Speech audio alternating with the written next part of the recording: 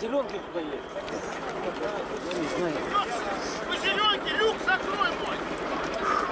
Прочеши зеленку. Давай, шпили вытягивай. Шпили, подожди, шпили вытягивай, что, открывай. Открывай,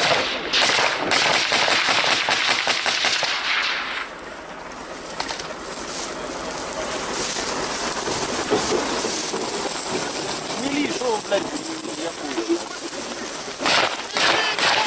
В этом.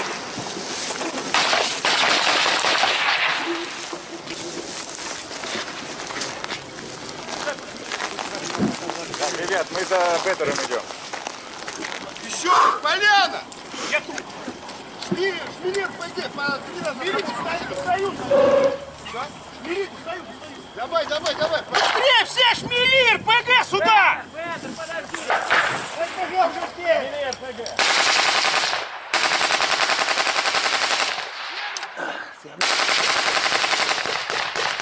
Wir haben das MG aufgebaut. Hier sehen nichts. Es ist so dunkel. Так, это задание уже нет, задание. РПГ, тоди вперед, блядь, ёб твою мать! Кому шмели? Фокус ставь! Вперед, тащи! Да нахуй поехал сюда, блядь, чтоб ебать голову, что ли? Okay. Bitte, Freunde.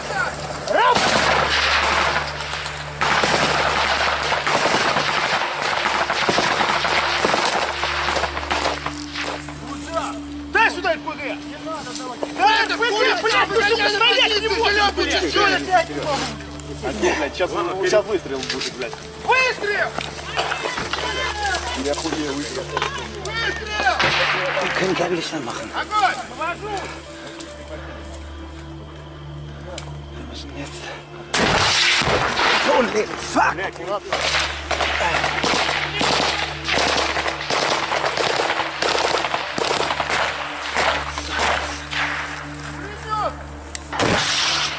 Fuck!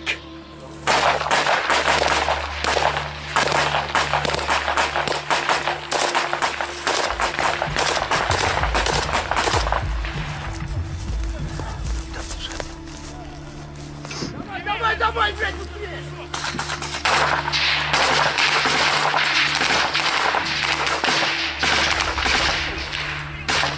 Wenn ich jetzt unten lande. Das war schon wieder. Als wir an diesem Abend in der Nähe von As we arrived that evening at the spot near Ambrosivka where the Ukrainian troops were surrounded, they opened fire immediately. wir saßen oben auf einem BTR. We were sitting on top of a BDR, a light armored vehicle, the team and myself.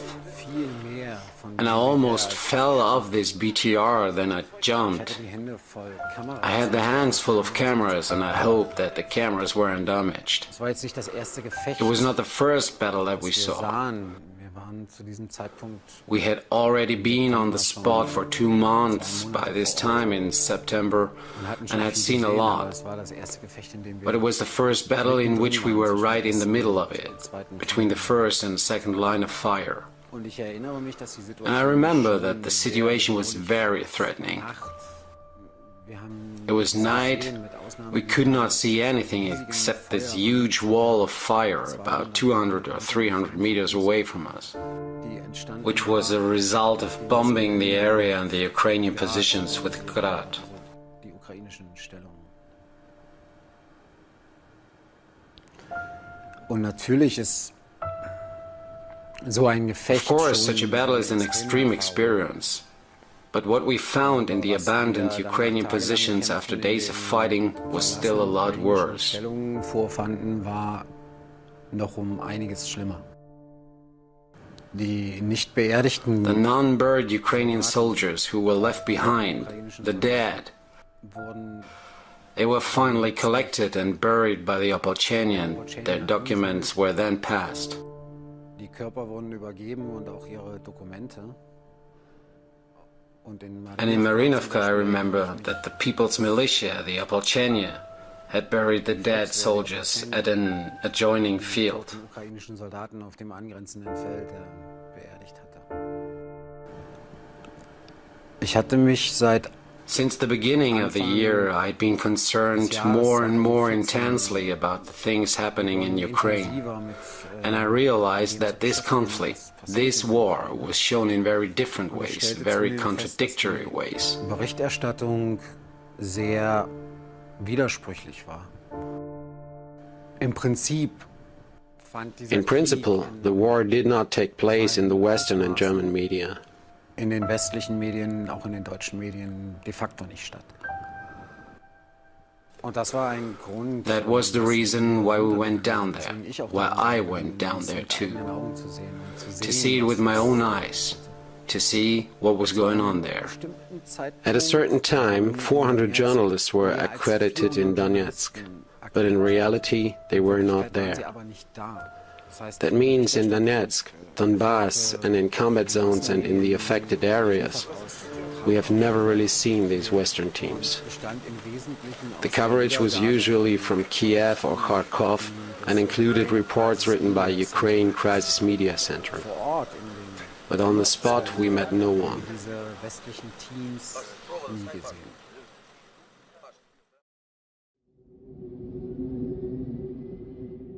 Ветер горы облетает, баю-бай, над горами солнце тает, баю-бай. Листья шепчутся устало, баю-бай. Тихо яблоко упало, баю-бай. Подломился стебель мяты, баю-бай.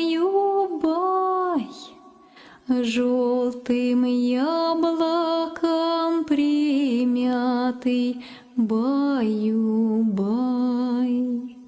Месяц солнце провожает, баю-бай. Под цветом один гуляет, баю-бай.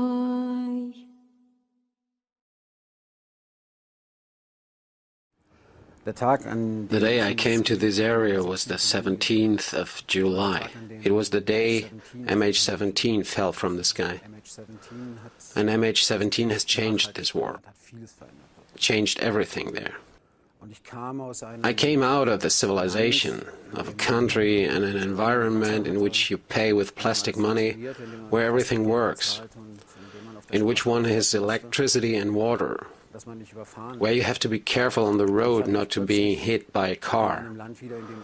And I suddenly found myself in a country where all that stopped working, and one of the greatest dangers on the road was not the traffic, which did not exist, but impacting grenades that could kill you. And instinctively, one wonders, how can that happen?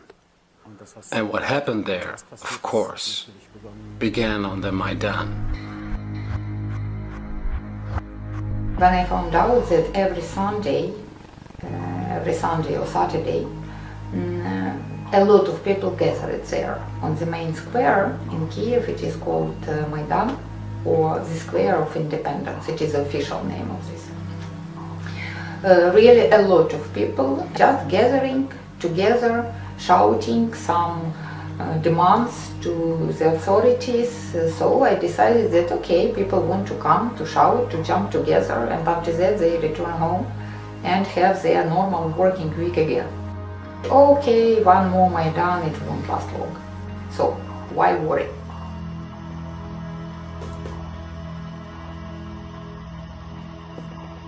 Free world is with you. America is with you. I am with you. Just the atmosphere, something was brewing there, and something really, really, well, threatening. There was a feeling of threat there. What I saw in the mass media about the Maidan showed a peaceful demonstration that was dispersed by brutal force. I remember a speech by Victoria Nuland in which she said she had been on the Maidan and had seen peaceful demonstrators who sang hymns and prayed for peace while they were brutally beaten up and shot down by the security forces.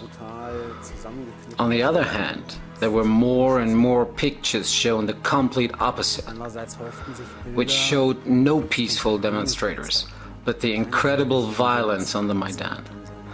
Violence that was used against the security forces by the so-called peaceful protesters. We stand with the people of Ukraine in their search for justice, human dignity, security, a return to economic health, and for the European future they have chosen and that they deserve. We witnessed the appalling show of force by government forces who turned riot police, bulldozers, and tear gas on the Maidan demonstrators as they sang hymns and prayed for peace. You only have to be on the Maidan to feel the energy, to feel the hope of Ukrainians coursing through the center of Kyiv and across the country.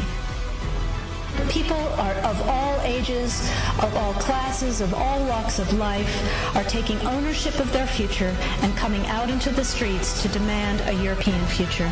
They're doing so peacefully, with great courage, and with enormous personal restraint.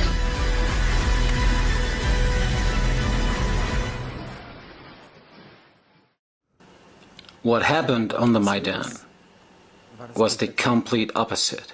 The police finally got the order to not to answer to anything, any provocations. They were just standing there, burning alive. And the protestants were already armed. They were armed with Molotov cocktails, they were armed with clubs, they were armed with weapons, actually. You see, all this beginning of this violence, it left the impression of quite good organization.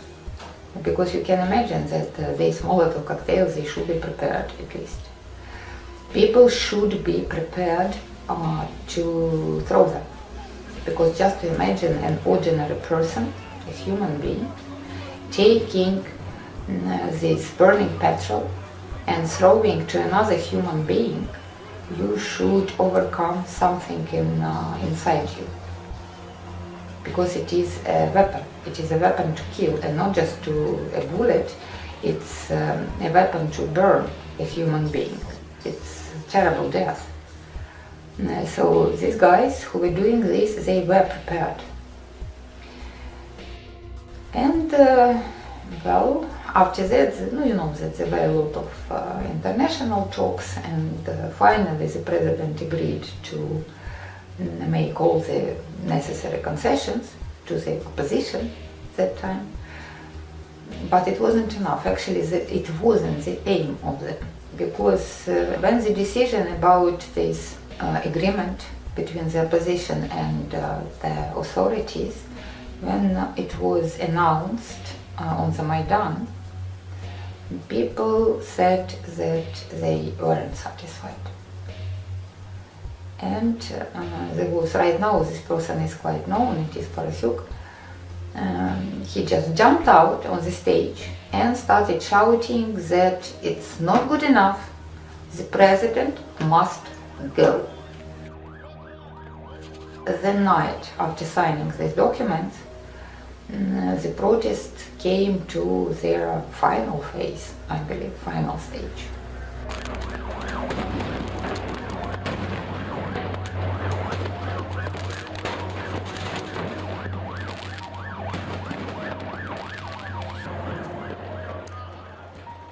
Die Berichterstattung der Massenmedien. Even in the past, the mass media coverage already was not what one should actually expect of it. There were always only certain interpretations, narratives and opinions which were to push people in a certain direction. Already since the mid-90s, since the war in Yugoslavia. But in early 2014, I had had enough of it, as they started no longer working only with misinformation and embezzling of information, but rather operating with open lies. Sondern als begonnen wurde, mit offenen Lügen zu operieren. Und das war That was one reason for me to see the Maidan with totally different eyes, and everything that followed made it clear what direction we were going. The direction to provoke an open war.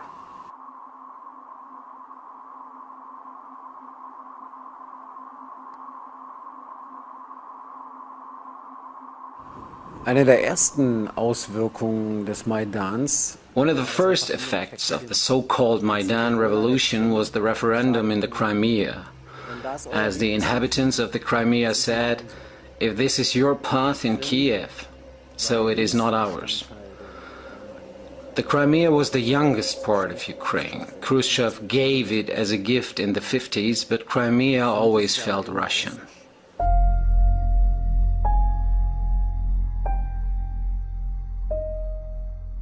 You should know about the Crimea that after the independence of Ukraine was proclaimed in 1991, there was a referendum. So at that time the Crimeans, they voted against creating a separated Ukraine, and after that they had some delegations. And when those West Ukrainian patriots, they were coming to the Crimea with one slogan: the Crimea will be Ukrainian or depopulated. Of course the Crimeans remembered it. You can imagine that such a phrase is quite hard to forget.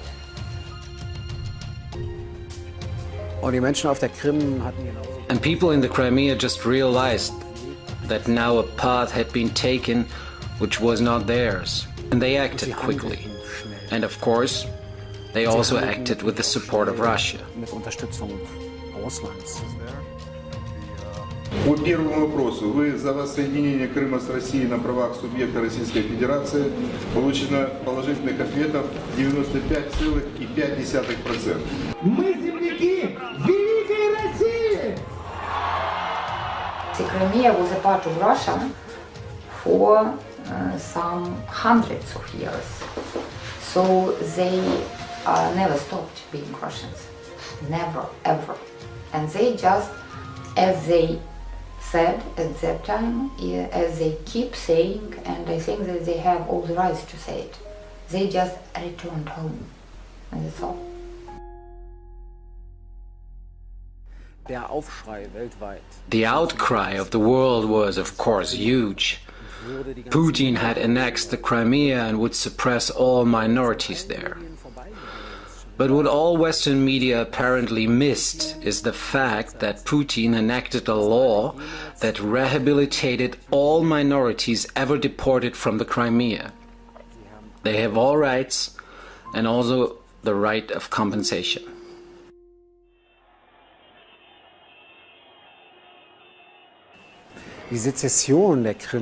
However, the secession of the Crimea by the people's referendum was a signal for the entire southeastern Ukraine to simply not accept what had happened in Kiev and rise up against that.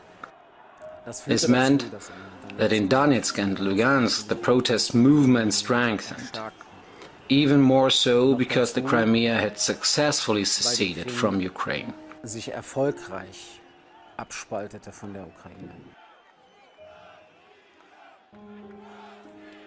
People from the southeast of Ukraine, they saw a great hope in it, and they started to speak very loudly. Before it was just manifestations against the coup, which was illegal.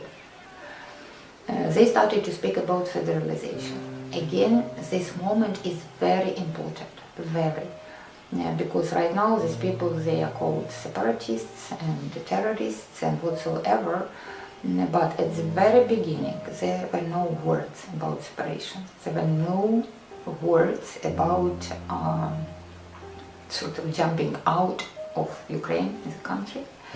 The people wanted just federalization, just to have more rights to decide again what language they speak. What language they teach their children in, And of course, people wanted federalization for economical reasons, because having more rights to decide the direction of the economical development, they had a possibility to have these bonds with Russia, like the economical partner and cultural partner, intact. The protests that took place in these areas showed that this time it would not be that easy for the so-called new rulers in Kiev to push the country in a certain direction. A division of the country was obvious. Then the so-called anti-terrorist operation, or rather the war against the own people, began in mid-April, when the first troops were sent to the southeast.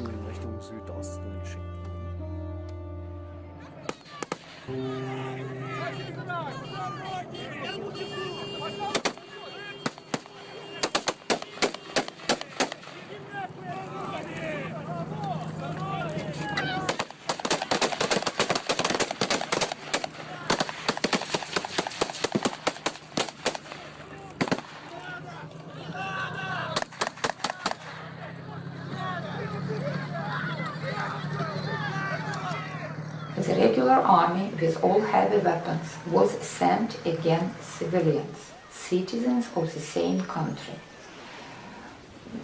It's quite difficult to believe it, because in any state there are special forces like the police, or maybe special services of the police, who usually take care of such riots or whatever you call it, but not the regular army. At the beginning it was really just regular army, military personnel, and they weren't ready to fight. They weren't ready to kill civilians. So there were a lot of talks, there were a lot of questions. Civilians asked them a question, actually, why are you here? And what are you going to do with us? We are not criminals. Мы все делаем по команде. Офицер сказал, мы спрыгнули к машине, сдали оружие. Все. Какой приказ вы выполняли, когда сюда приехали? Ребята, все, сейчас начинают разоружение. Все. Камеры, убрали камеры, всех убрали. Ребята, людям ехал. Ну, это вам сейчас прийти. Переживай. Это вы обратно ставите? Я показывал, что я сдал боев. Все сдали? Да. Там тоже? Не знаю, туда дошла очередь. Но здесь сдала машину. Командир сказал сдать? Да. Это те броневики, которые забрали у украинской армии сегодня? Их никто не забирал, они сами перешли. Сейчас на окраине города Премълчаната стоит колонна украинских военных. Как вы думаете, как они будут действовать дальше? Что случится с ними? Ну, они тоже должны перейти на нашу сторону. А вы слышали, что первая колонна украинских военных уже сдалась и переехала? Нет, такой информации не было, не проходила такая информация. Вам одно говорят, нам другое говорят. Так же само там... Кто кому врет, непонятно. Neither part was ready or was willing to take up this escalation, so the forces that were behind these ideas, they had some provocations to whip up again this escalation.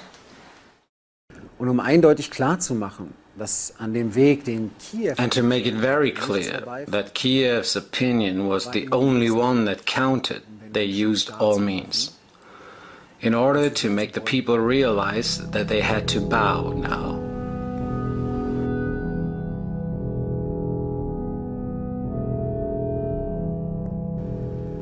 Odessa war bis Anfang Mai völlig friedlich. Odessa had been completely peaceful until early May.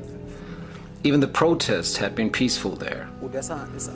But Odessa is a city of a great importance for the country. And that's why it was Odessa a horrible scenario was designed for.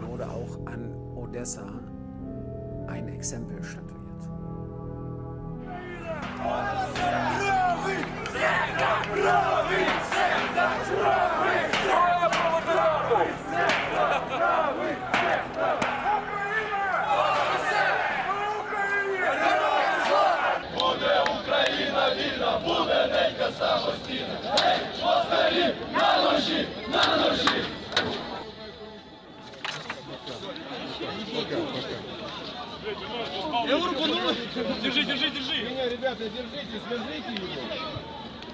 Красный, сука!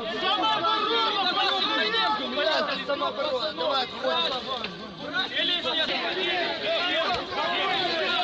прекращайте! On the 2nd of May, Ukraine died. Ukraine as a country, Ukraine as an idea, Ukraine as whatsoever.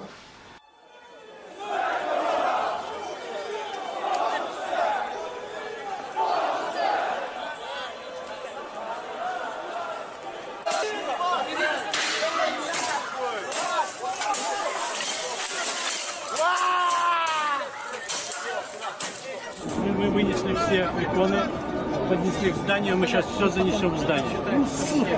Если сюда придут с правого сектора на православный... Значит, я все с православной палатки вынес, спасаем все иконы туда, все имущество, и сами заходим в здание и будем там отбиваться. Ваше действие до конца, я так понимаю, до последнего. Да.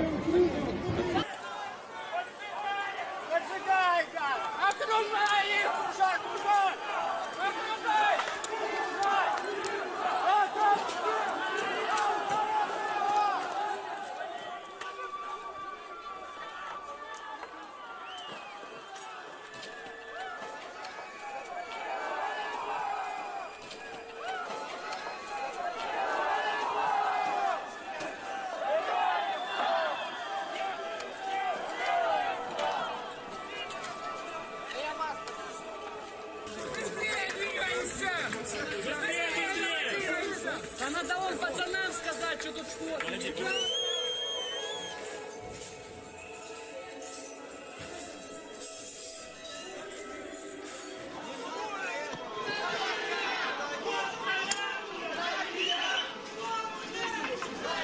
It was not a fatal coincidence.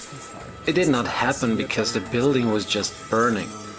These people had to die, to give a signal as strong as possible to the southeast. Wie es nur geht, zu setzen für den Südosten.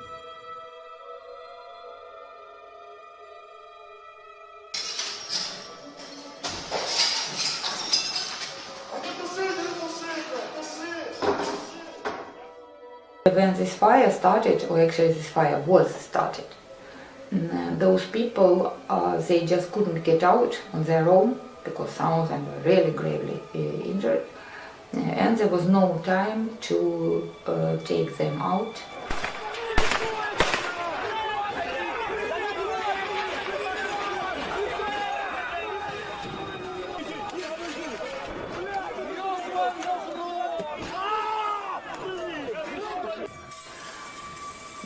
According to those young doctors, it's about 200 people who died there.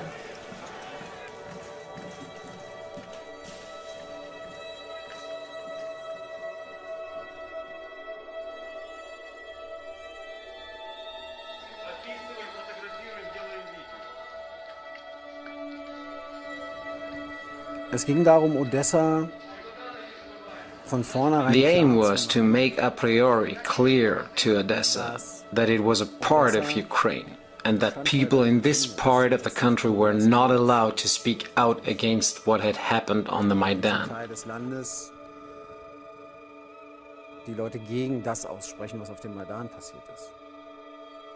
The European and American mainstream media initially spoke of a fire which had resulted in some death. Later it was explained to the Western media audience that pro-Russian separatists had caused the fire by the improper handling of a Molotov cocktail. Headlines also spoke of some demonstrators who had risked their lives to save several Russian-born Ukrainians from the trade union house. Victims became perpetrators and perpetrators became heroes.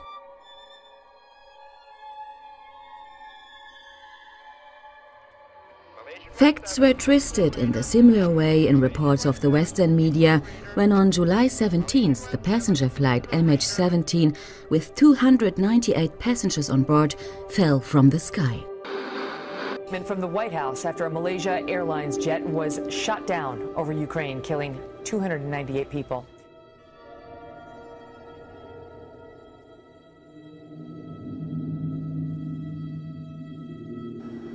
Von MH17, von dem Absturz dieses Flugzeugs. I first learned about the crash of this aircraft MH17 in Moscow, at the airport. Ich bin an diesem Tag That day I was flying over that area at almost the same time. Fast gleichen Zeit über dieses Gebiet geflogen. Und es ist bis heute so, and it is to this day that the black boxes have remained in London and the material has not been published. It is to this day that the radio communication between the tower in Kiev and the tower in Dnipropetrovsk has not been published. Because it was not Moscow that instructed the flight to get lower to that level and led it into that area. It was Dnipropetrovsk. Sondern von Dnipropetrovsk. Einige Tage nach dem Absturz waren wir. And a few days later, we came to the crash site ourselves, and at that time it was clear that this plane had been shot down. So, ich bin jetzt hier an der Absturzstelle von MH17. Das ist also der Hauptaufschlagsort des Flugzeugs. Die weiteren größeren Trümmer liegen dort hinten, also die man auch sehr oft im Fernsehen gesehen hat.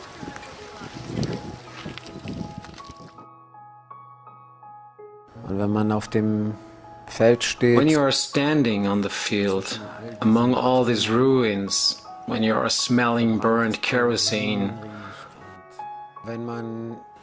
when you are starting to look at details on this debris field, and this rubble is no longer just big black piles of twisted metal and materials an airplane consists of, and you register more and more details. Man registriert mehr und mehr Einzelheiten und kann natürlich sehen, dass ein Buch mal einem Menschen gehört. And you can see a book that belonged to a man, or a small bag in which there still remain residues of medication. All these plush toys, which are laid down at the edge of the crash site. On this spot there are always candles and also flowers.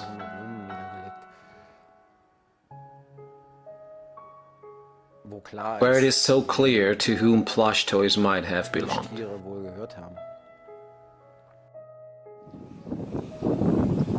Was ich als problematisch betrachte im Moment ist, dass der Zugang zu diesem Platz nicht großartig restricted ist. Das heißt, dass hier möglicherweise Beweise verschwinden, die zur Aufklärung notwendig sind und essentiell sind. Und ich denke, das ist im Moment einfach Absicht.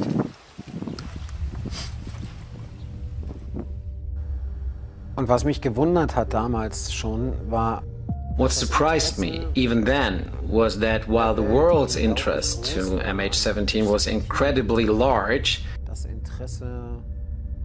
Kiev apparently showed no intention to explain what had happened and to make sure that investigators could come to the site. Sicherzustellen, dass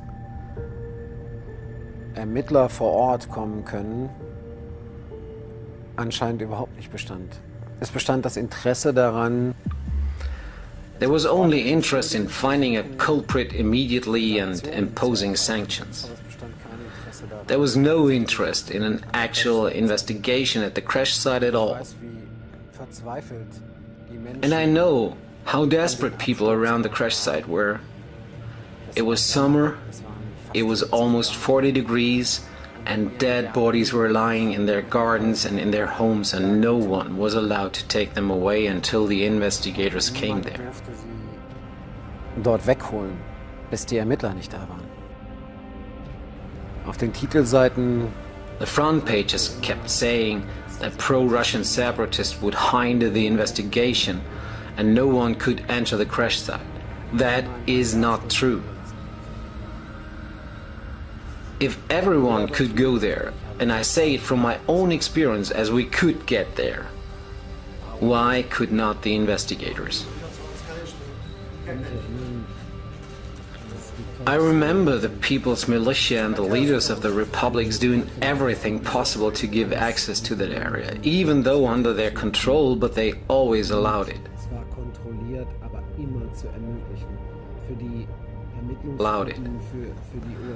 I remember them trying to make everything possible for the investigation teams, for the OSCE and especially for the expert of the airlines. And every time the investigators were on the way to that area, Ukrainian troops began to fire at the road to the crash site. So the investigators often had to turn back.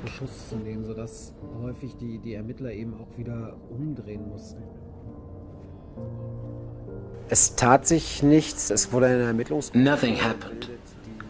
An investigation team was created, but it didn't include international aviation experts, and there were signed confidentiality agreements on the investigation results, so nothing was published.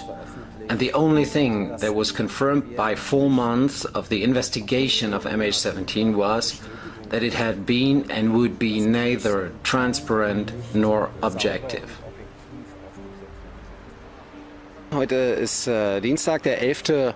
November 2014. Das ist der zweite Tag, an dem wir warten, zur Absturzstelle von MH17 zu kommen, zusammen mit der OSZE. Und auch dieses Mal klappt es nicht. Es ist in der Vergangenheit öfter vorgekommen, dass diese Touren, die für Journalisten organisiert wurden, dann abgesagt wurden und die Experten, wenn sie denn überhaupt irgendwo hingefahren sind und die OSZE allein gefahren sind. Ich kann nicht sagen, aus welchen Gründen das so ist, aber es ist, wie gesagt, in der Vergangenheit öfter vorgekommen und es sieht im Moment alles danach aus, als dass wir heute hier nicht fahren werden. Das heißt also, diese Fahrzeuge werden sich wahrscheinlich heute hier wieder keinen Meter vom Hof bewegen.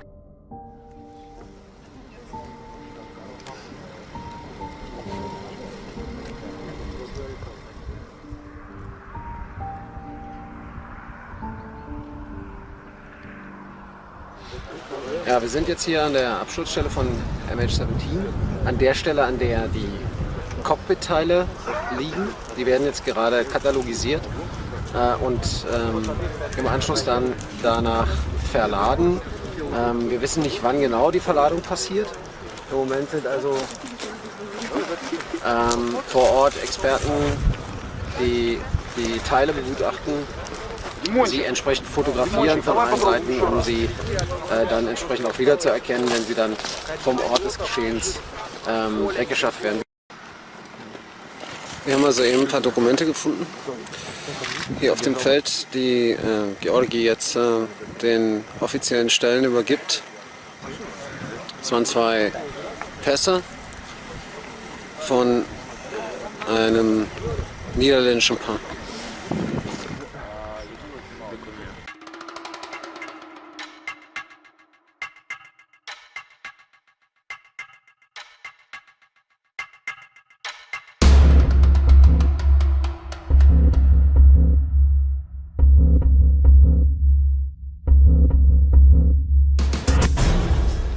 Es ist jetzt fast 4 Monate her, dass dieses Flugzeug abgestürzt ist und es ist auch fast 4 Monate her, dass ich hier war an dieser Absturzstelle. Seitdem hat sich hier sehr wenig verändert, um nicht zu sagen gar nichts. Aktuell sind die holländischen Experten unter OSZE-Beobachtung vor Ort und sammeln die Trümmerteile ein, beziehungsweise katalogisieren sie, um sie dann für den Abtransport fertig zu machen. Allerdings ist dieses Flugzeugunglück das erste, von dem mir bekannt ist, dass keine internationale Kommission sich mit diesem Thema auseinandersetzt, dass keine internationale Kommission vor Ort ist, weder die malaysischen Experten noch russische oder andere internationale Experten befassen sich mit diesem Thema oder dürfen sich mit diesem Thema befassen.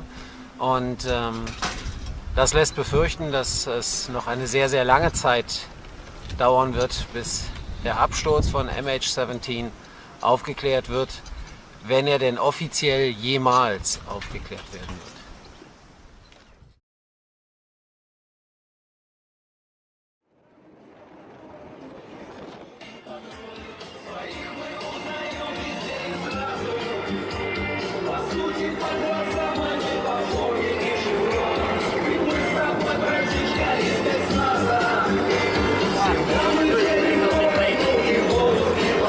Volume, please. Last volume, please. Das war die Straße nach Ilovaisk, nach den Kämpfen um diese Ortschaft. Und wir sind eben durch diesen Ort gefahren und haben einiges gesehen, auch an Zerstörung.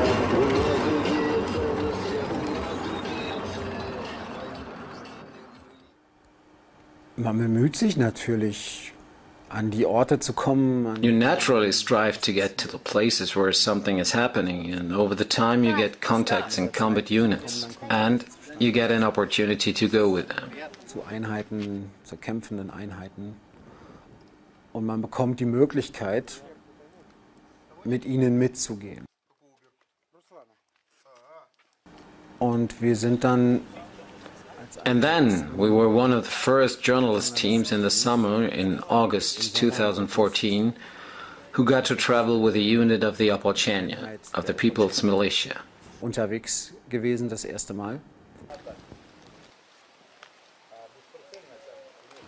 Und ich habe sie gefragt, and I asked the Russians who had voluntarily joined the units in Donbas, who used to be miners or insurance salesmen, who used to work in banks or technical institutes, why they were there.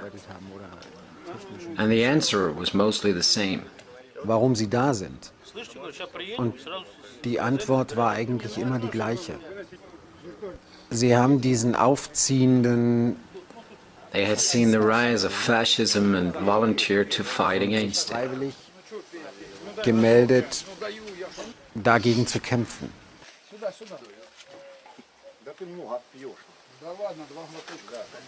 Когда много пьет, он дорогу на уране попадает. А это считаю еще Приняв решение, я зашел на официальный сайт Стрелкова, iCorpus.ru, нашел телефоны и позвонил туда сразу. Вот. Там сказали, что сейчас нужны люди только с боевым опытом, у меня его не было, но сказали, на всякий случай оставьте координаты. Я и не надеялся, что кто-то когда-нибудь мне ответит. Но, тем не менее, в скором времени все произошло. Да, надо заметить, что это было в конце июня, когда Стрелков писал, что Россия должна срочно вводить войска, что все у них ситуация крайне тяжелая. Вот. И, конечно же, уже я не мог дальше медлить. Вот. Это надо было делать сразу. Так и было сделано. Вот. В конечном итоге, благодаря некоторым моим познаниям, меня взяли именно туда, куда взяли. Вот. И, конечно, я просто счастлив служить в одном из лучших подразделений, но попал сюда, конечно же, не по заслугам. Вот. Как-то все это сильно очень забеспокоило. Тем более, что, еще раз повторюсь, дед мой отсюда, он с Запорожья, с деревни Большая Белозерка. Вот. Родственники у меня в Днепропетровске, то есть я тут проводил детство, вот, каникулы на Украине. И очень сильно все это зацепило. Вот. А оттенок фашизма и национализма в конечном итоге подвел меня к такому решению приехать сюда воевать. Самое ужасное на войне — это то, что гибнут, я имею в виду эту войну, то, что гибнут ни в чем невинные люди. Женщины, старики, дети. Вот это вот самое ужасное. Разрушенные города, разрушенные села, Сегодня мы ехали через Семеновку за Саур-могилой. Там полностью поселок, можно сказать, сравняли с лицом земли. Но люди духом не упали. Работают, восстанавливают. Вот это самое жестокое. Гибель ни в чем невинных детей. Обстреливают кварталы мирные. Как так можно, я не знаю. Кем нужно быть, чтобы это делать?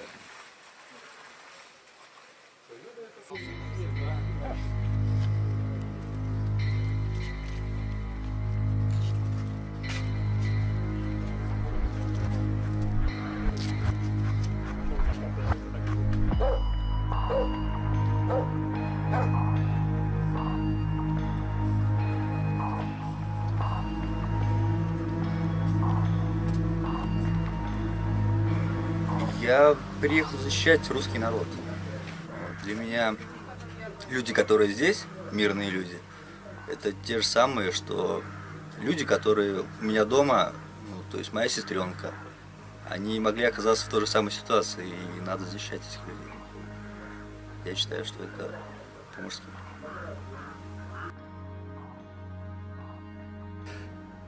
The Opolchenia, the people's militia, was initially far from being a real army. There were some groups that formed and took up resistance, smaller units.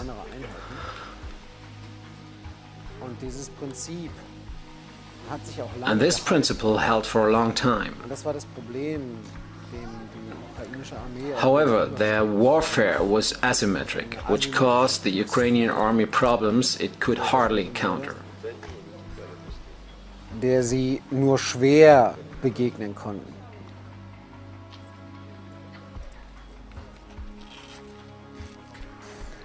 Andererseits wurde im Sommer On the other hand, in the summer of 2014, the process of unifying these structures was initiated in order to use small, powerful mobile units subjected to the central command.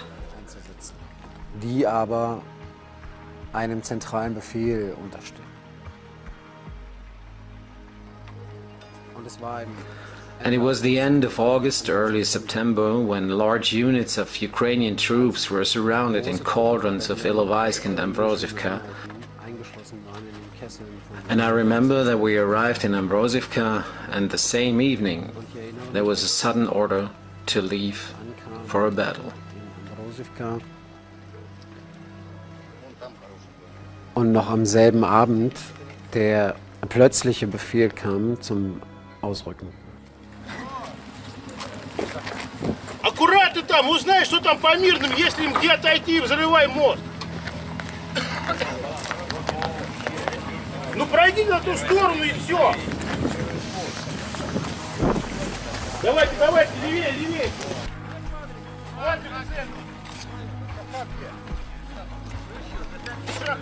Давай сзади пристраивайся. Все, наши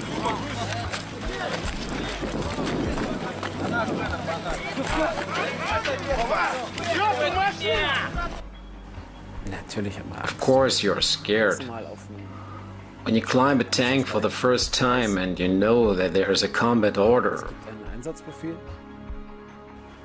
you wear your armored vest, you have your equipment, you have all kinds of thoughts in your head.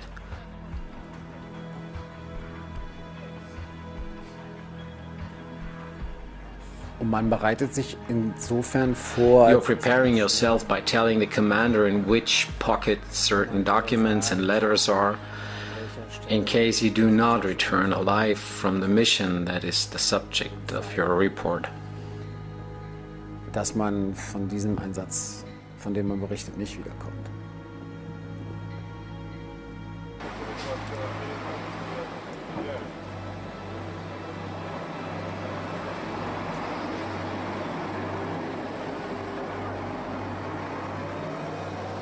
Also unabhängig davon, ob man sich auf zivilem Gebiet befindet. Regardless of whether you were traveling with a unit or stayed in a civilian area, in 2014 Ukraine was the most dangerous country for journalists. In no other country in the world, in percentage, More journalists were harmed or even killed. ums Leben gekommen als in der Ukraine.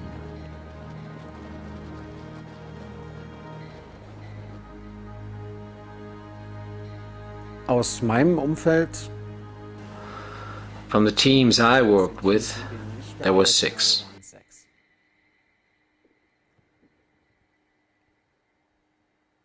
Three of them accompanied an aid convoy that was attacked, although on the buses there were attached large signs with the word children. Auf den Bussen groß Kinder stand, die Schilder.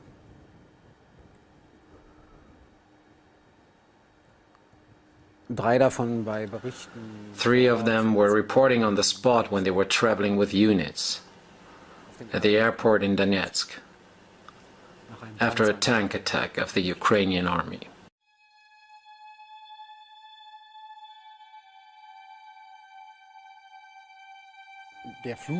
The airport of Donetsk has become a symbol. Ist ja zu einem Symbol geworden.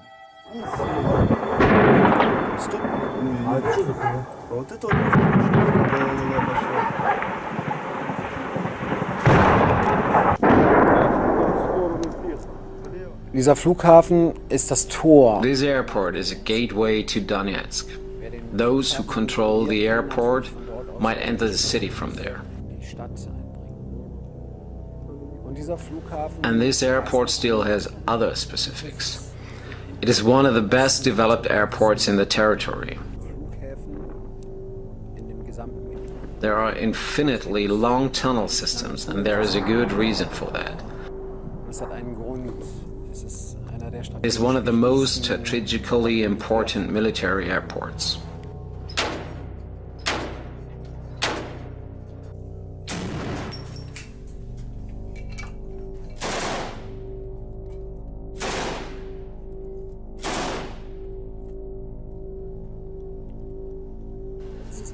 The airport is the most competitive position.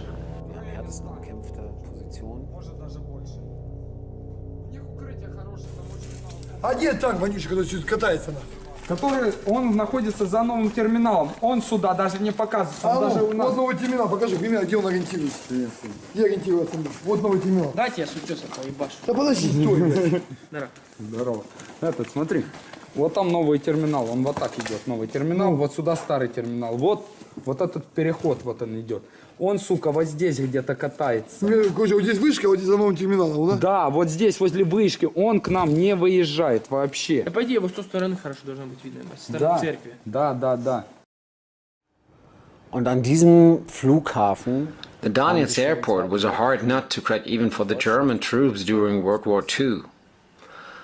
And if this airport had fallen, there would have been an open gate to Donetsk for the Ukrainian troops to take over the city. Donetsk gegebenenfalls einnehmen zu können. That's why this airport was defended by all means. By all means.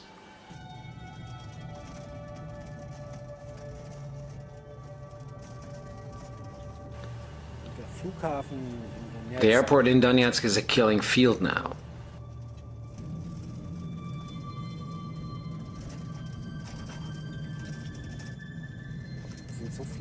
There are so many fighters and soldiers fallen at that airport, and I have never seen so much destruction in my entire life. Und ich habe in meinem Leben noch nie so viel Zerstörung gesehen.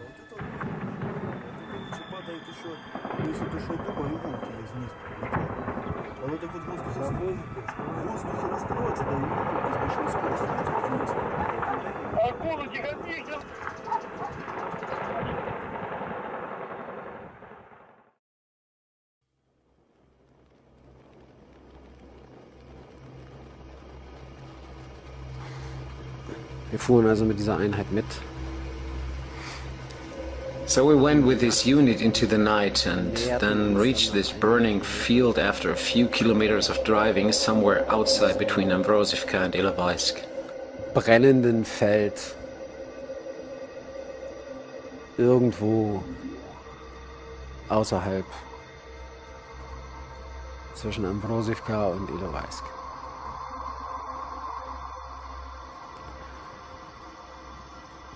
Die ukrainische Armee.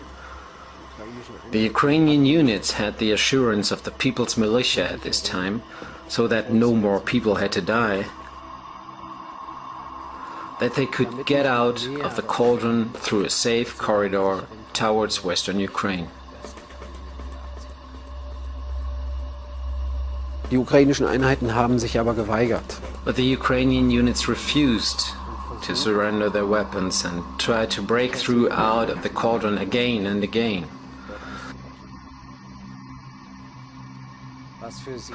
Which ended for them in a disaster in Ilovaisk, Ambrosivka, and even in Debaltsevo. Und die Gefechte dauerten mehrere Tage. The battles continued for several days and they were sometimes very violent.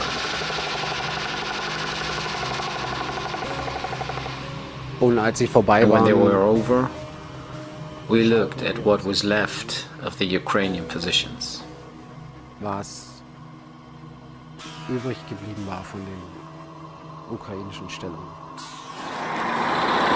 So, wir haben jetzt mal netterweise ein paar Kollegen von Russia 24 mit auf den BTR genommen.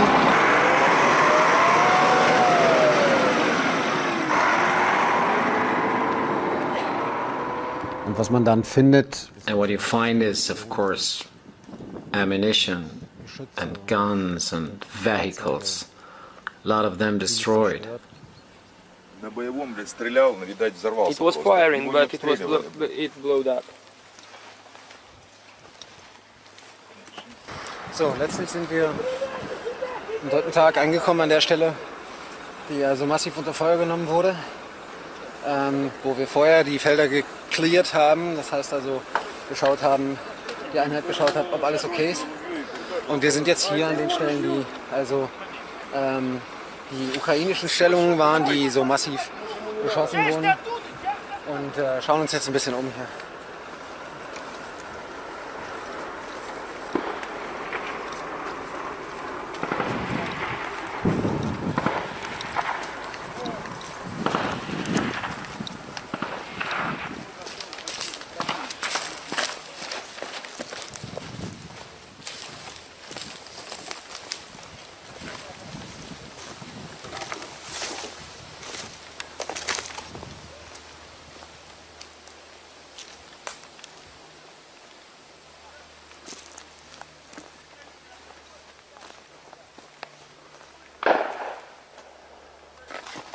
das Schlimmste, The worst of it is dead soldiers left behind. toten Soldaten, die They are then recovered by the Opolchenia and handed over to the Ukrainian units. Einheiten, viele ukrainische Soldaten, Many Ukrainian soldiers who had been surrounded in border areas at the beginning of the fighting fled to Russia, and there they were not treated as prisoners. In the cauldrons, mostly left to themselves without any food, without any supplies, the Ukrainian soldiers on the occupied territories also faced the massive hatred of the local population.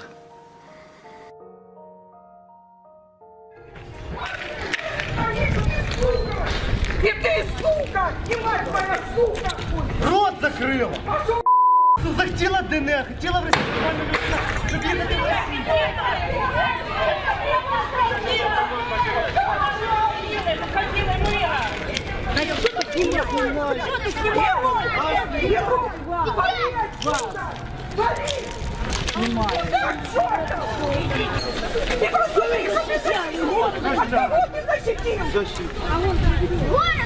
Вы не можете с оружием встать со спиной. Дай мне оружие! Дай мне! Саша! Пошли, золотая, пошли, моя, пошли. Some of them have actually lost any humanity and do whatever they want to on the occupied territories. Others are completely torn apart when they realize who they are actually fighting against, that it is their own people and not Russia. Вы понимаете, вы, блядь, пришли, блядь, брат против брата. свою территорию. Вы об этом не задумывались, нет? Unlike members of Nazi battalions, the regular Ukrainian soldiers were usually treated very well in captivity. Wir werden uns jetzt in diesem Gebäude zwei ukrainische Soldaten anschauen, die während der letzten Gefechte gefangen genommen worden sind von der Narodnaya Opolchenie, und wir werden uns anschauen, wie es ihnen geht. Die 10 Tage, die Sie jetzt hier verbracht haben, würde mich natürlich interessieren, wie Sie behandelt worden sind. How were they treated at the last 10 days? Как с вами обращались последние 10 дней? Нормально, хорошо обращались. Не трогало или никто не трогал, кормили, сигареты давали. So you had food? Yes, they were fed. They were given something to smoke. Okay. Had you had any injuries or any kind of that? Вы ранены или как-то синяки, может, побои? No, no, everything is fine. Okay. Und mich würde vor allem auch interessieren, wie Sie in die ukrainische Armee gekommen sind. Sind Sie freiwillig in der ukrainischen Armee oder sind Sie Wehrpflichtige? Are there volunteers of the Ukrainian army or are there drafted? Вы как в украинскую армию попали?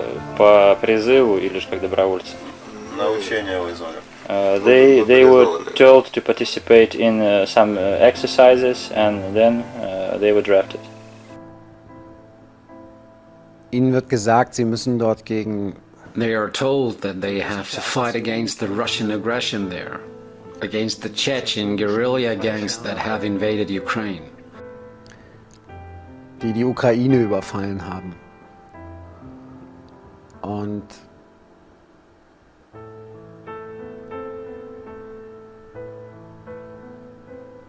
irgendwann begreifen sie, at some point they realize that they will ultimately be used only as cannon fodder.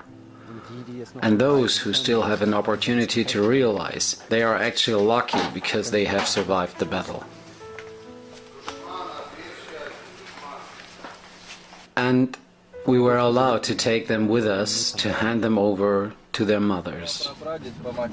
So, wir bringen jetzt die Jungs weg von dem Ort, an dem sie jetzt 10 Tage gefangen gehalten wurden, und bringen sie nach Snizhny, und von dort aus können sie dann nach Hause.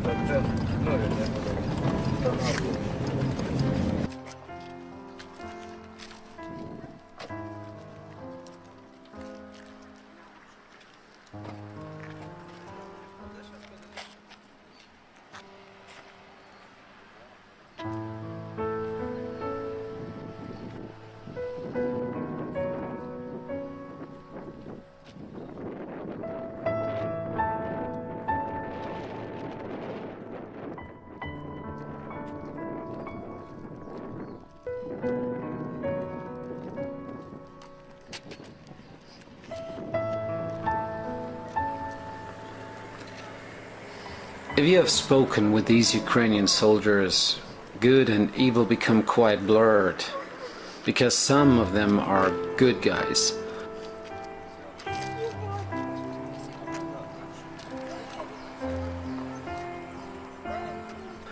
And I still hope today that these two did not return to the battlefields.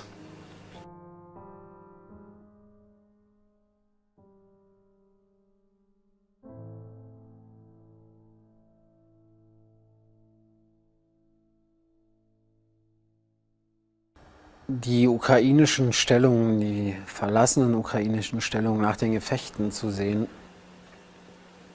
Seeing the abandoned Ukrainian positions after the fighting was a very profound experience. Seeing Saromagila went much deeper. Ging noch viel tiefer. When I saw Saromagila in the summer of 2014, the monument was still standing. When I returned there in September, Sarmagila was razed to the ground.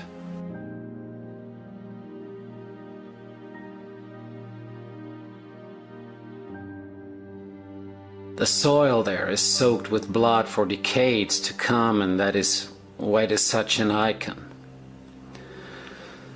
Sarmagila was a monument with a huge obelisk and many large statues, and it was a place where people came every year to remember what had happened in World War II.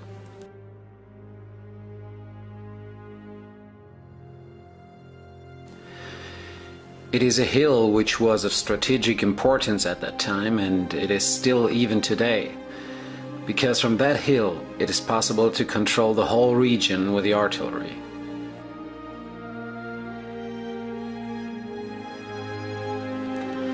And Sarmagila, of course, became strategically important in this war again.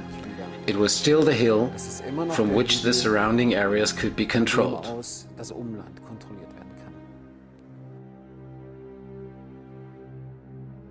And so, a few defenders of people's militia dug in there and defended this hill.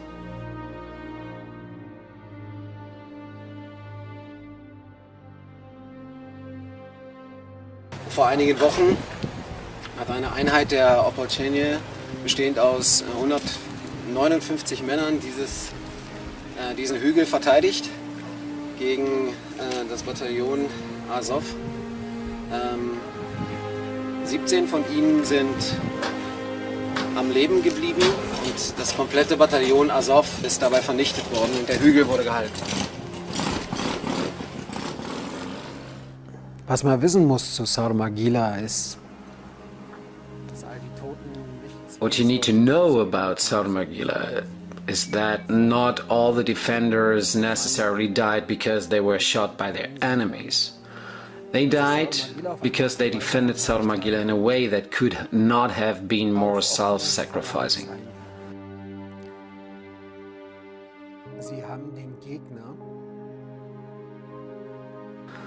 When they had run out of ammunition, they let the opponent come up very close to their own positions and then drew their own artillery's fire on themselves.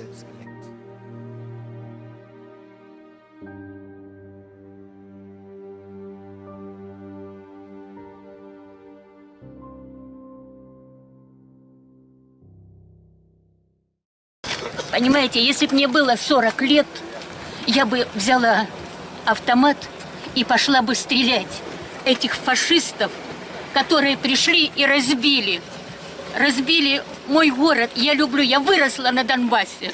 Я родилась в Германии, кстати, под американскими бомбами. Меня мама родила в лагере под американскими бомбами.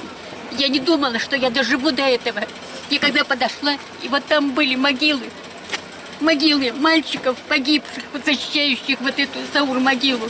Я расплакалась и сказала: простить, нельзя этого, понимаете? Нельзя простить. Вы, пожалуйста, извините меня за это, потому что это фашисты, это не люди, понимаете, которым нет прощения.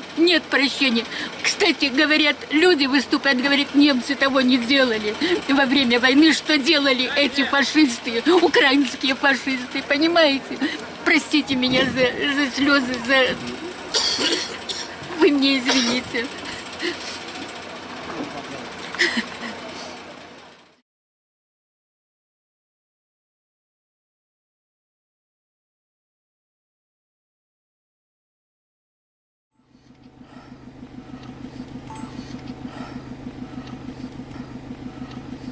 gab also eben eine etwas schwere Attacke auf das Zentrum von Donetsk. Und wir sind jetzt raus aus dem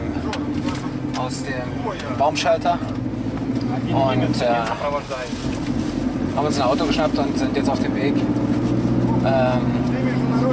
zu der Position, wo die Geschosse, die Granaten eingeschlagen haben. Wir wissen jetzt noch nicht genau, welche Art von Geschossen das waren. Wir werden es aber gleich feststellen und das entsprechend auch aufnehmen.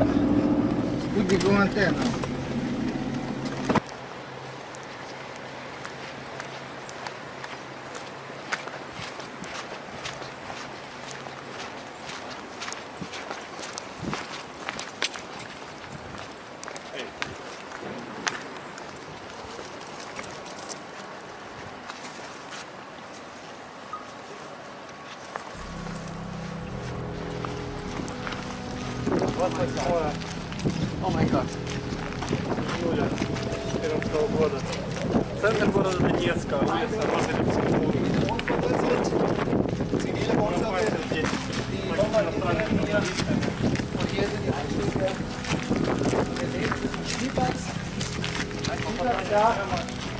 Ich glaube, das ist so ziemlich der Herzensgrund, was die hier haben können. Aktuell im Moment. Oh mein Gott. Женщина. Мужчина. Мужчина.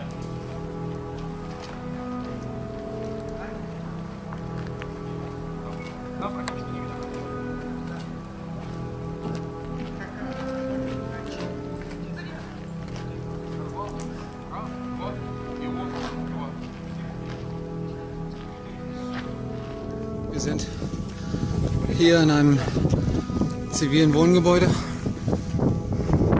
das getroffen wurde. Es gibt mehrere Tote. Wir müssen in Deckung.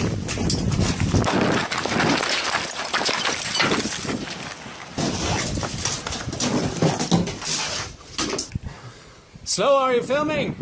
Yeah. Where are you? Okay. Огонь! Огонь! Ну дайте ж покоя. Ну что же это такое? Мы твои без Женщина, не надо. пойдем сюда. Okay, wir müssen uns jetzt beeilen, dass wir wegkommen, weil wir jetzt gerade just damit in der Gegend sind, die eigentlich das Hauptziel ist. Hinter mir ist das SBU-Gebäude. Das sieht man also dort. Das ist das Hauptziel der Angriffe. Wir sind ungefähr knapp 100 Meter weg. Sollten jetzt machen, dass wir hier wegkommen. Okay. Danke. Und wenn ich höre, dass in den westlichen Massenmedien immer die Rede davon. And when I hear the Western mass media always speak about so-called separatists being responsible for the shellings of the cities, it is relatively easy to detect, and the OSCE is on the spot for that, from where projectiles are coming, and that Donetsk and Lugansk are not being bombed by the People's Militia, but by the Ukrainian army that may be attacking civilian targets just partly deliberately, but always accepts, at least tacitly, the fact that civilians die. Zum Teil absichtlich zivile Ziele angreift, aber immer mindestens billigend in Kauf nimmt, dass Zivilisten sterben. Ну, когда было начало весны, получается, у нас началась весна, у нас было все нормально, только говорили, что в Киеве там что-то плохо. Но мы же не обращали внимания, но не думали, что до нас дойдет.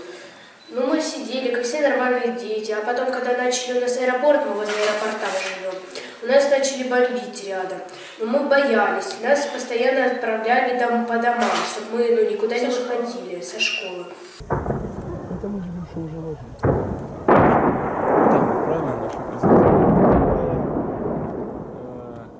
Мы все в подвал побежали, страшно. У нас окна повыбивали, такие звуки. Мы с девочкой маленькой сидим, ей 3 годика. Она говорит: бабушка, ну что это такое, где мама? А мама поехала в Донецк, видно, из какого-то места находили на аэропорт, а попадала на нас. Мы выходим, у нас вот такие осколки валяются по всему двору, окна поразбивались. Было страшно очень. Потом меня сразу, мне в каком виде, так и отправили туда, к моим родственникам в Дружковку, а потом я сюда переехала. У нас было, я проснулась в 5 утра, и мы же рядом с аэропортом живем, и там начали летать десантные самолеты. Было очень страшно. Последний день, когда мы тут были, мы спустились в подвал. Потом приехали сюда, потому что не было в Песках, не было жизни. Там отключили газ и свет, и все. Мы находились в подвале, а потом переехали сюда. Полина, это моя сестра, она постоянно просыпалась ночью, плакала, говорила, что мне страшно. Стреляли очень сильно, было видно взрывы, шел дым постоянно. У нас вот у моей подружки там, у нее дом полностью сгорел, и у нее дяди, в легкие попал осколок, и он погиб. Много осколков валяется, ямы большие находятся у нас. Смотри, бегом, чтобы люди были в окопах, смотрели, вдруг подготовка и кто-то пойдет.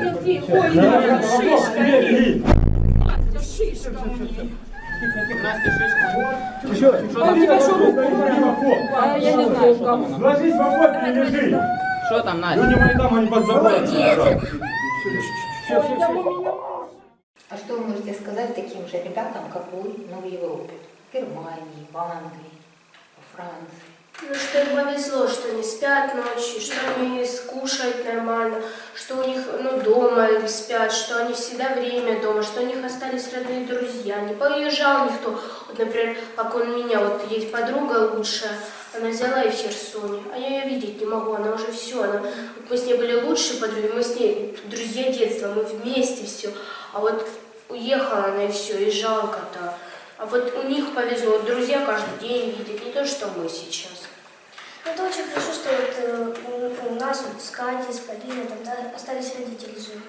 У меня есть лучшая подруга, у нее сестра, и получается у нее родители, они ехали, получается, их машину обстреляли. И папе попало в затылок, то есть он уже погиб, уже не все, а с маму поранила очень много. И они, там рядом был лес, я ей звонила, она мне рассказывала, что рядом был лес, и она как хотела маму оттащить подальше. Мама у нее, конечно, там много весит, но она как мама пыталась оттащить подальше, чтобы никто ее не нашел. Они сидели там очень долго, она захватила с собой такой небольшой чемоданчик еды. Они питались там бутерброды, чай делали, чай у них был заваренный уже. Они пили чай, бутерброды, продержались 2 дня. Потом, когда сильно захотела есть, она позвонила бабушке, бабушка в России. И получается, мама умерла, не смогла. Бабушка доехала, ее оставила, она похудела намного. Мне фотку даже присылали. Она вот была где-то как Катя, стала худее меня. Вот, она сильно похудела. Бабушка отвезла в Россию, теперь она с ними живет. Она постоянно плачет, постоянно спрашивает Бога, за что это такое, что вот родители погибли.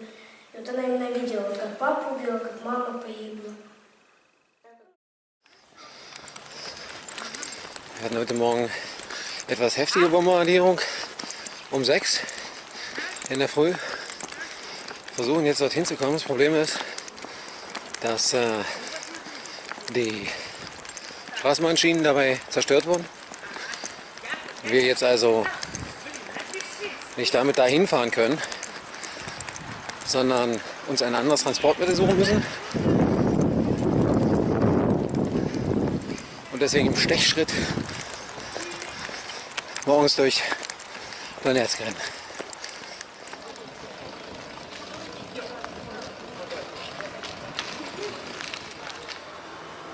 Ein weiterer Tag in Donetsk mit massivem Granatbeschuss, Haubitzen, Gradfeuer und wieder trifft es nur zivile Ziele.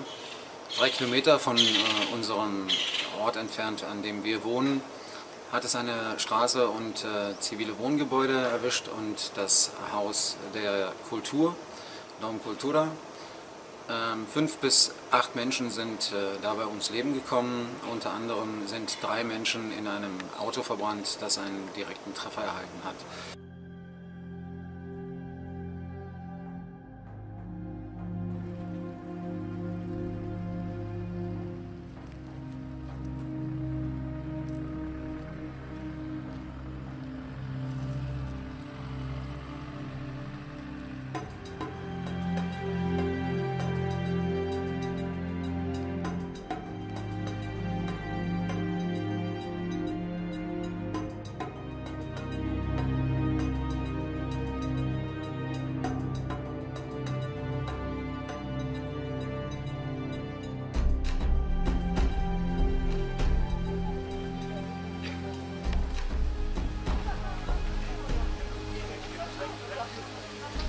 Очень печально, очень. Вот зачем это все делают? Этот Порошенко, эти военные, которые посылают воинов своих, нас, своих людей убивать. На что это делает он? Дай Боже, чтобы...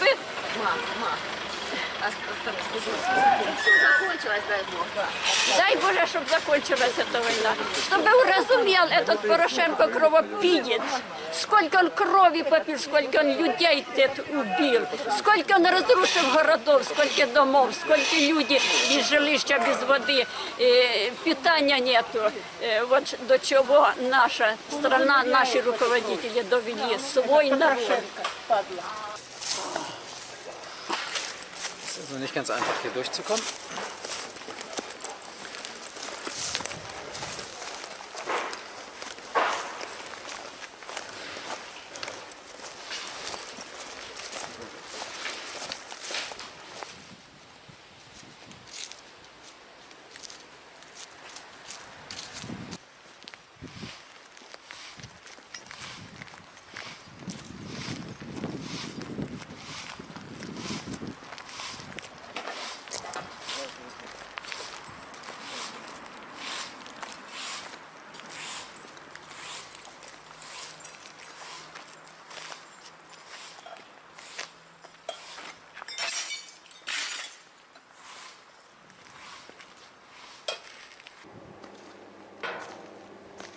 Я когда дежурил, это произошло часов где-то в 7, начало, может, 8, может, попозже. Я услышал сильный гул и удар. Я с кресла, упал, получается, в подвал. Подвал там немножко дальше. Потом все прекратилось, я вышел, как посмотрел тут. Детский сад, наш завод полностью, все разрушено.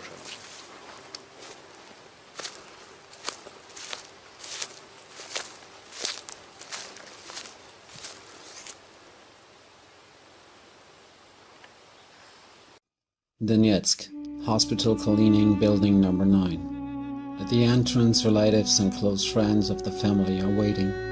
The mother is crying. She has nothing to say to the camera. What can she say? She will see her son in a small coffin in a few minutes. The stories of all those people whose bodies now in the morgue awaiting identification fade before that little body. The city is dark and scary. The child was killed by a shrapnel that hit his back. His father died too. The boy, Sasha, was only 4 years old. Children are defenseless. And the statistics are cold. 50 bodies per day, 1 child per week.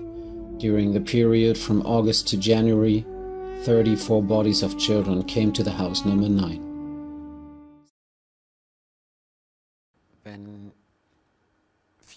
When 4-year-old children die in bombing raids, and we are trying to show it to the world, and there's a comment like, "Oh, a dead Colorado's child," that's good. Ein totes Colorades-Kind, das ist gut. Colorades ist der Colorades is a derogatory term for people in Donbas who are labeled as so-called pro-Russians. The term stems from the St. Georgian ribbon which many wear here, and which comes from the Second World War, as it was attached to many awards in the Red Army.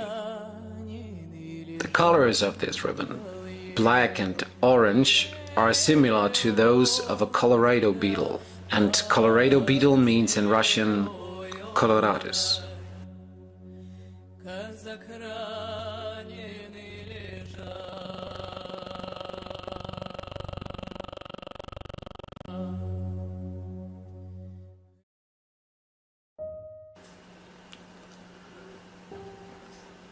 When it became clear that Donbas would keep resisting the Ukrainian government, stopped payments.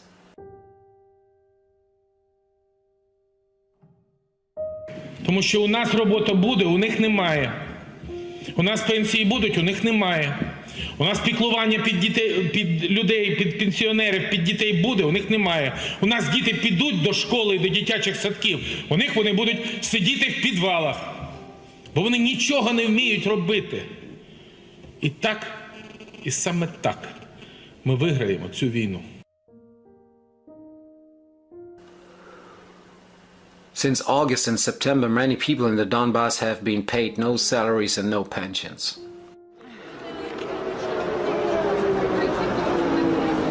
О, смотрите, что с народа сделали. Мне пенсии не дают. В чем я стояла? Я 50 лет отработала на одном месте.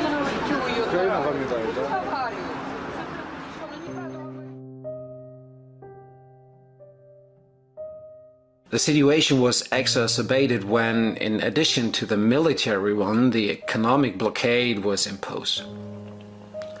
Since then, 250 state-owned energy enterprises had been shut down, and even then, before the coming winter, it became clear that the civilian population was facing hard times. Not only were they bombed, they were also deprived of any livelihood elsewhere. Выходили, когда был обстрел, бомбили сильно очень наш город. Маленький хороший городишко был уютненький, из которого сделали руины просто.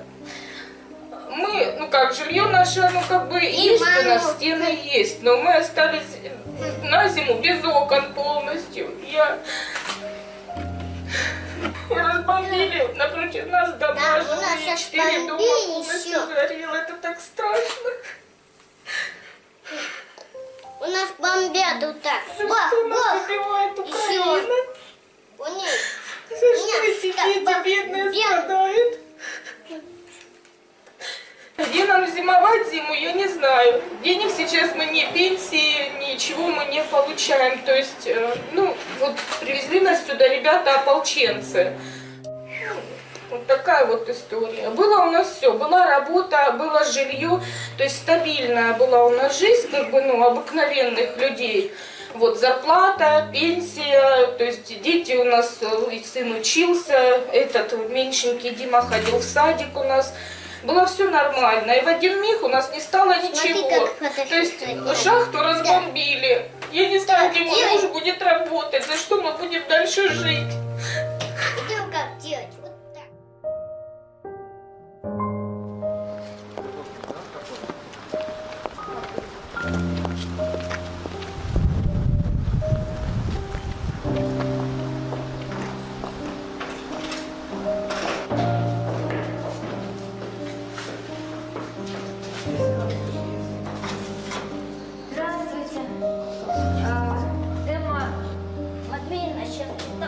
Живут, чтобы они... Извините, я не могу. Нет, что, не плачьте, пожалуйста.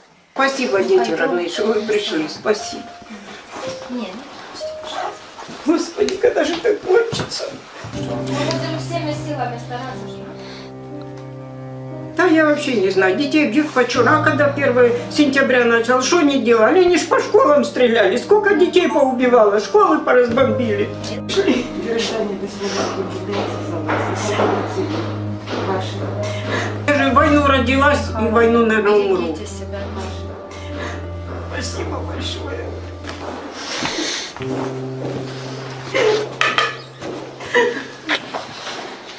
Ой, спасибо вам огромное. Спасибо. До свидания. До свидания.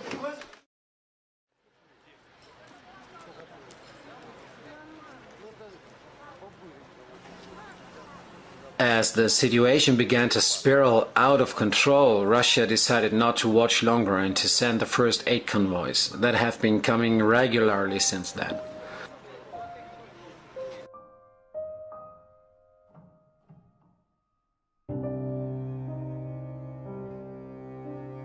Without these aid convoys, survival of such nerve-touching facilities as hospitals, schools and other social institutions in Donbas would have been impossible.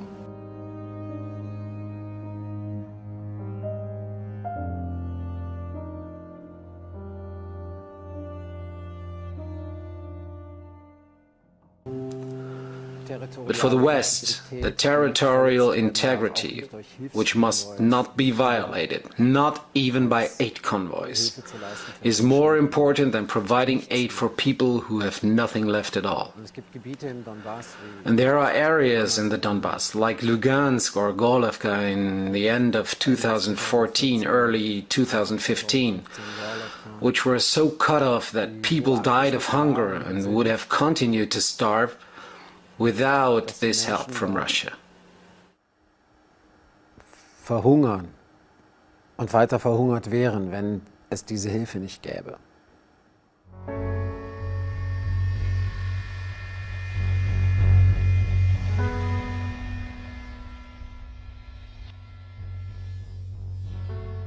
The moment when the position of Ukrainian troops gets worse, Kiev is ready to return to the table of negotiations. It has also turned out that all the ceasefires ultimately served only the goal of reorganizing the Ukrainian troops. No truce has been used in this war to negotiate and find a solution.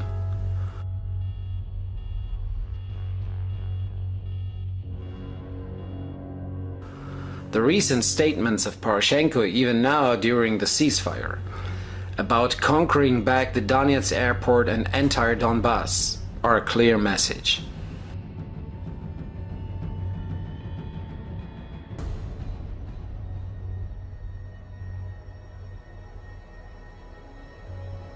What you definitely need to know about Minsk II is that during the negotiations with Putin, Merkel and Hollande, Poroshenko, the president of the Ukraine, specifically excluded the matter of Debaltsevo as a purpose of the Protocol of Minsk II. And the reason for that was that he still counted at the time on solving the problem of Debaltsevo in a military way.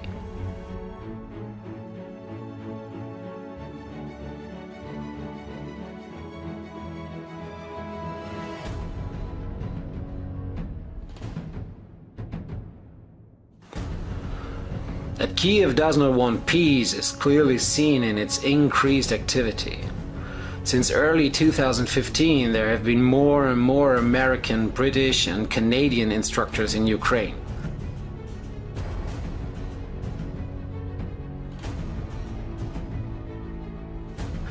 There is evidence of arms supplies, Humvees for example, and separately heavy guns that can be installed on these Humvees.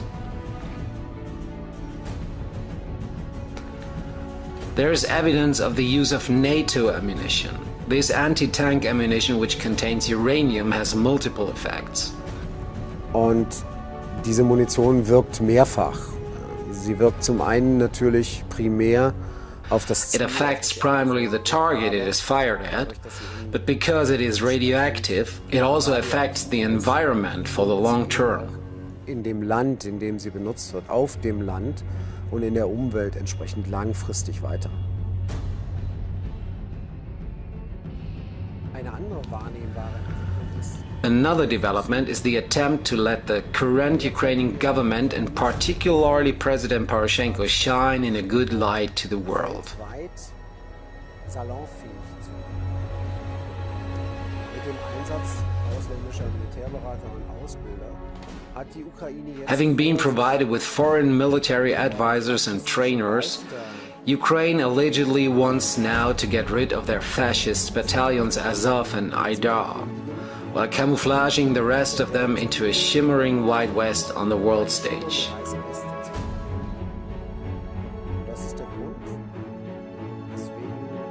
This is the reason why Poroshenko seems to be fighting against the fascist battalions now, proclaiming at the same time that he wants to conquer Donbas back. He just hopes that the international global community will jump to Ukraine's side and support this.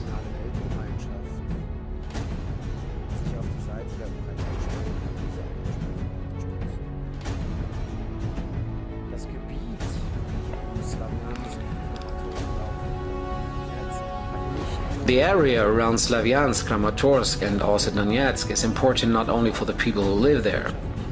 These areas have also economic value for other stakeholders. That's why these areas are sold, mainly to American companies. Chevron and Shell put their hands on these areas because it's there where there are gas resources that could be accessible by fracking. Ukraine is also being turned into a testing ground for genetically modified food. That's why Monsanto is deeply interested in Ukraine.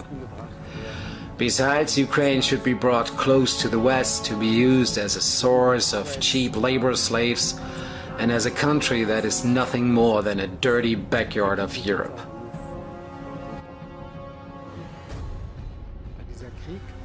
That's why this war must go on. Because the IMF, the European Union, and the US government need this war. Because without Donbas and the Crimea, Ukraine has no value for those people as a bridge to a war against Russia.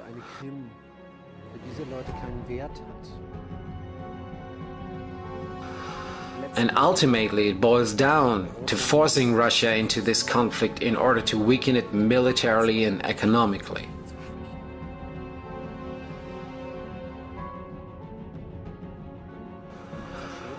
And you understand that this conflict is not limited to the territory of Ukraine, and that it is not essentially about who splits off from whom.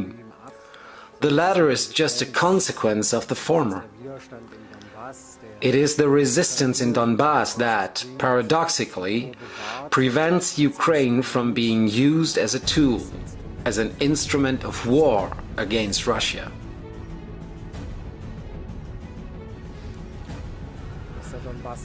That Donbas stood up like that they defended themselves like that, has surprised the West and even Russia.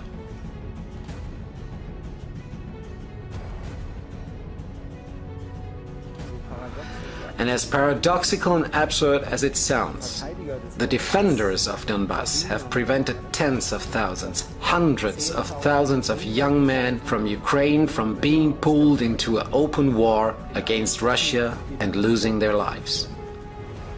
Und dabei ihr Leben verlieren würden. And I just wanted you to know it.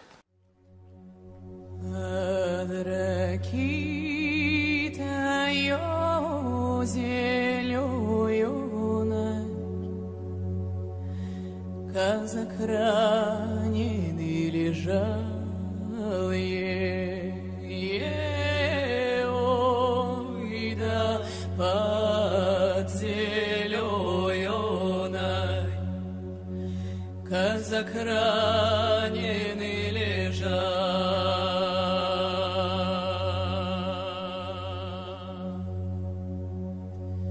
Прилетела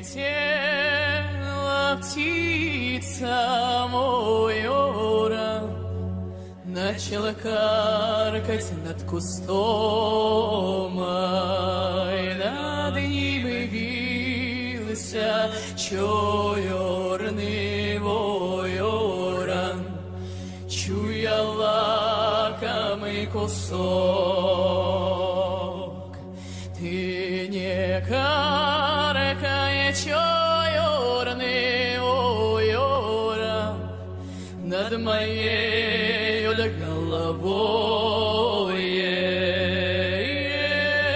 ой, да черный ворон, я казак еще живой. Ты слетай-ка, черный ворон, к отцу, к матери домой. Передай платок кровавый моей жидке да молодой. Ты скажи-ка, черный ворон, что женился да на другой, что нашел себе невесту в чистом поле за рекой. Была свадьба тихо, смирно, под ракитовым кустом. Ой, да, тихо, смирно, под ракитовым